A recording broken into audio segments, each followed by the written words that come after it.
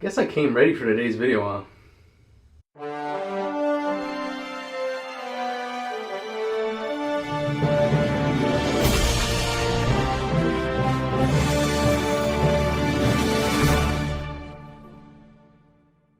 What's going on, all my moviegoers? My name is JC from Jacey Flicks, and today I'm going to be giving you my top 10 Christmas movies of all time. So before we do get started, just know that we'll not be giving you guys any spoilers to any of these movies, just in case you haven't seen them for the holiday season, all right? Please know that these are my favorite top 10 Christmas movies of all time, so don't kill me in the comments, all right? So before I do get started, please make sure you hit that like, hit that subscribe, hit that notification bell to stay up to date on videos I'm uploading just like this, all right?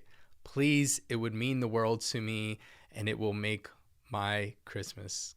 All right, so let's get started with number 10, Gremlins, directed by Joe Dante and stars Zach Galligan, Phoebe Cates, Hoyt Axton, and a few others, all right? A young man inadvertently breaks these three important rules concerning his new pet, which is a mogwai, and unleashes a horde of malevolently mischievous monsters on a small town. Mixing the holidays and horror is a concept that I love, in case you guys can't tell with some of my background decorations a little bit here.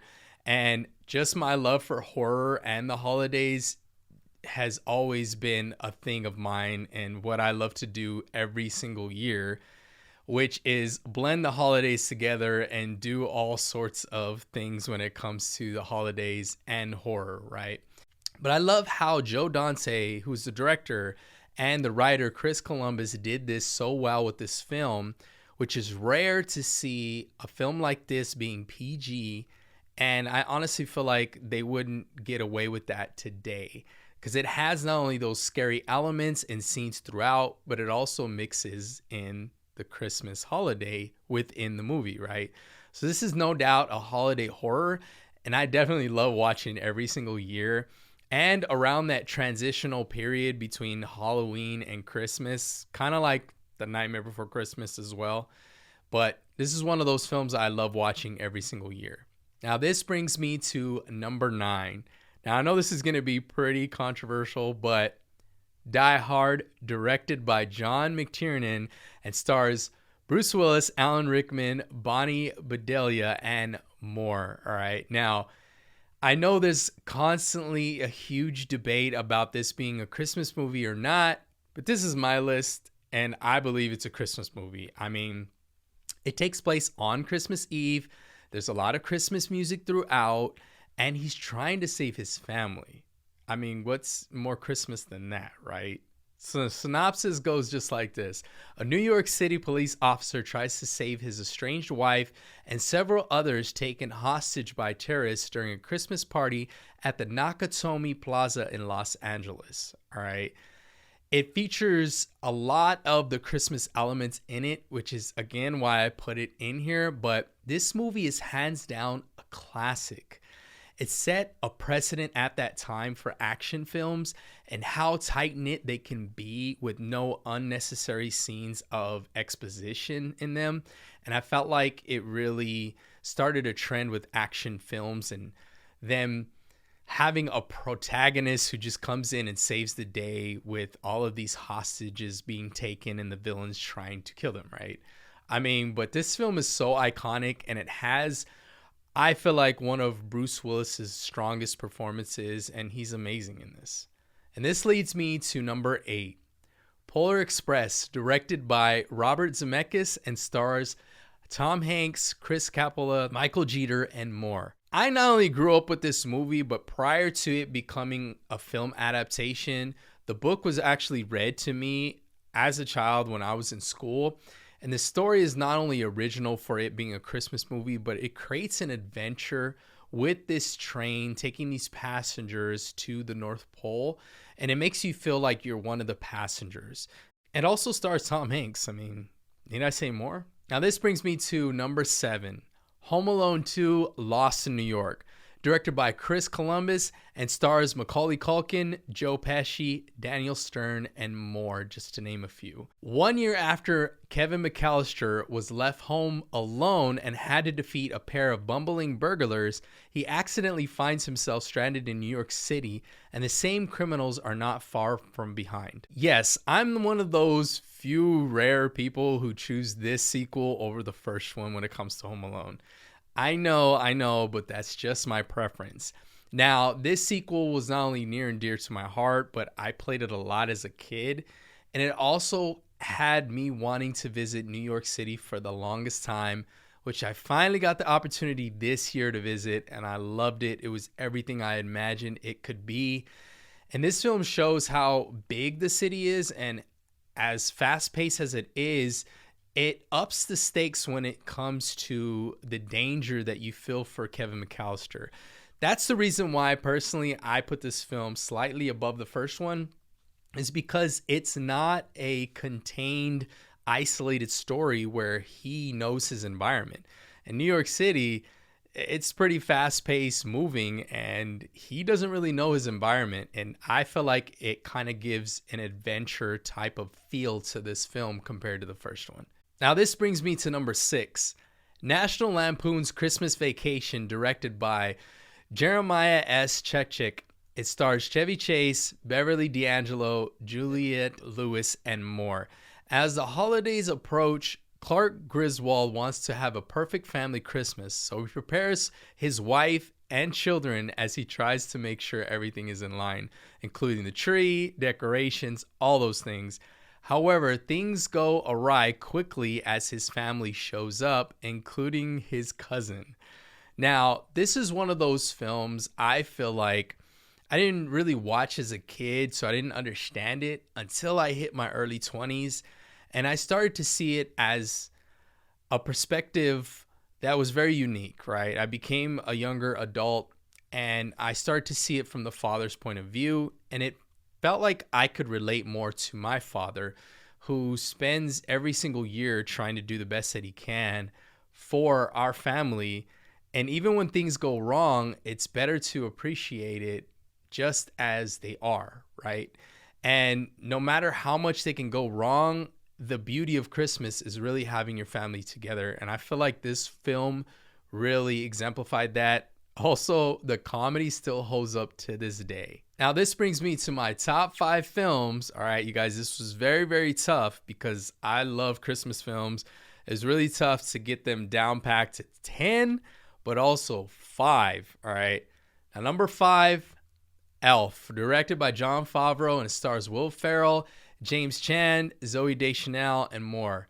Raised as an oversized elf, Buddy travels from the North Pole to New York City to meet his biological father, who doesn't know he exists and is in desperate need of some Christmas spirit. Elf is one of those movies that I saw as a kid that not only captured the whimsical spirit of being a kid, but also being an adult and feeling like you are a kid around the holidays. Now, I understand this film wouldn't be half of what it is without Will Ferrell, which is why I love this film, but it's a must watch every year. And when it came out, it was way before Step Brothers. So I felt like it was Will Ferrell at his peak when it came to comedy. And it slowly became a cult classic over the years. And it's something that I still find myself watching and chuckling at every single year as I get older. And it's just one of those movies I feel like that has gotten better over time. Now, this leads me to number 4, The Nightmare Before Christmas, directed by Henry Selick, stars Danny Elfman, Chris Sarandon, Catherine O'Hara, Paul Rubens, and more. Now, this is one of those movies I feel like that was way ahead of its time for it being released in 1993. It set a precedent for this type of amazing, different animation, but also I love the origin story of it being where Tim Burton wrote this as an original poem, and he was inspired because he saw some Halloween merchandise being displayed at a store, and it was being taken down and replaced with Christmas display decorations. And the juxtaposition of ghouls and goblins being taken down and replaced with Santa and his reindeer is what sparked his imagination that would later be made and directed by Henry Selick. I think that story in itself is just amazing. And this is one of those films that's so original and different. It's very unique to see a film just like this where the animation is different, but also where you have the main character coming from a dark Halloween-inspired town to witnessing this joyous Christmas-type town, and he wants to bring it over to his town. You guys know me. I'm big on twisted type of films that bring in certain type of elements that make it original, but also I feel like this is one of those films that has slowly become a classic for me, and every single year it's also a must-see for me and my family, and I just love it, to be honest. Now this brings me to number 3, Mickey's Christmas Carol, directed by Bernie Mattinson and stars Alan Young, Wayne Allwine, Hal Smith, and more. The classic Disney animated characters play the roles in this animated retelling of the Charles Dickens masterpiece. So this film goes back to my childhood and has always meant so much to me. It was originally released in 1983, which I'm an 80s baby. But I remember watching this VHS tape so much that I wore out the tape and its packaging. I loved it and felt like it was a masterpiece of the retelling, and it still is. It's not only aged well over the last few decades, but it cuts past so many of the parts that I feel like has dragged in certain recent adaptations of the film.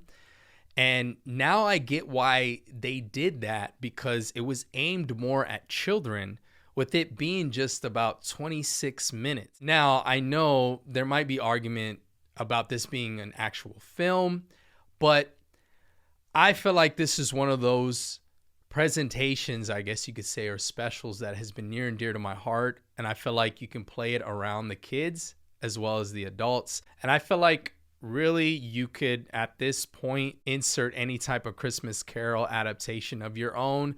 And I'm sure you would agree with me that it's just a great story overall. This brings me to number 2. It's a Wonderful Life, directed by Frank Capra and stars James Stewart, Donna Reed, Lionel Barrymore, and more. An angel is sent from heaven to help a desperately frustrated businessman by showing him what life would have been like if he had never existed. I mean, what can I say about this classic Christmas film? I know this film was a lot older than me, with it originally being released in 1946, but it's a timeless classic film. It not only warms the heart, but shows you what the holidays are all about. Sometimes you don't know what you have until it's all gone, or in this case, never existed. This was a movie that was constantly played by my grandfather each and every year. And to be honest, guys, I didn't pay much mind to it until I was a teenager and truly understood it. It's not only a tradition for us to watch it every year as a family when it comes on TV or even with the DVD or Blu-ray, but it captures everything about Christmas and especially family. Now, last but not least, this brings me to my number 1 favorite Christmas movie of all time, Dr. Seuss's How the Grinch Stole Christmas, directed by Ron Howard and stars Jim Carrey and Taylor Momsen. On the outskirts of Whoville lives a green, revenge-seeking Grinch who plans to ruin Christmas for all the citizens at Whoville. This film is literally my childhood in a small time capsule. I love this movie, and I think I played it way more than Mickey's Christmas Carol. Now, I know most would put It's a Wonderful Life at number 1, or even A Christmas Carol, any film adaptation of that or rendition of it. But the reason why I put this at number 1 is because It's a Wonderful Life is amazing in itself, because it has a character who starts to realize what he had wasn't so bad, right? He starts to see a life without him being in it. And that obviously changes his heart. With The Christmas Carol, you have a man who is grumpy and really mean, and he's visited by 3 different ghosts to help change him and kind of instill this fear element so that he will change his ways and change his heart. And ultimately, he does. I've always felt like with The Grinch, it created a story about how someone's heart can change from the love from a small child and their innocence and how they see you based off of your purity, right? I've always felt like with The Grinch, his heart changed because of that innocence of a child who saw his heart and truly who he is. And that's what made this film for me and has always made this a better, more beautiful telling story.